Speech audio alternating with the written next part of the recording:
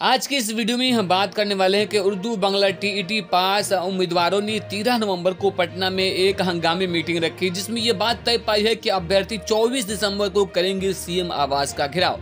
जी हां दोस्तों, ये बहुत बड़ी खबर निकल के आ रही है उर्दू बांग्ला टीईटी अभ्यर्थियों की तरफ से कि अभ्यर्थी अब दिसंबर को सीएम आवास का घेराव करेंगे। अभ्यर्थियों ने कहा कि 12,000 उर्दू टीचर्स को जल्द बहाल करे सरकार। तो मुकम्मल बातें आपको इस वीडियो में बताने वाले हैं, तो वीडियो को अंत तक जरूर देखिएगा।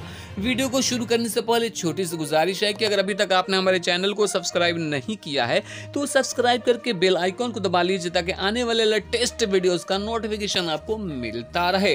तो दोस्तों, ये देख सकते हैं दैनिक भास्कर 14 नवंबर की अखबार की कटिंग है। अभ्यर्थी 14 दिसंबर को करेंगे सीएम आवास का घेराव। उर्दू बांग्ला टीईटी सफल अभ्यर्थी संघ की एक बैठक रविवार को गांधी मैदान में हुई।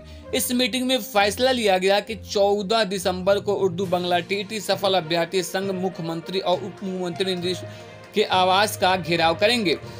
उनकी मांग है कि पिछले 8 सालों से सफल अभ्यर्थी नौकरी के लिए दर ठोकरे खा रहे हैं। संघ के प्रदेश अध्यक्ष मुफ्ती हसन रजा अमजदी ने कहा कि सरकार उर्दू बांग्ला टीईटी उम्मीदवारों के साथ नाइंसाफी कर रही है।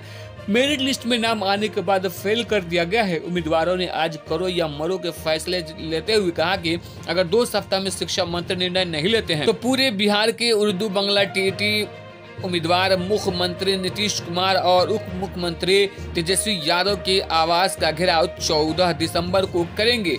तो दोस्तों, यहाँ पे देखते हैं कि 14 दिसंबर को कितने लोग हाजिर हो पाते हैं।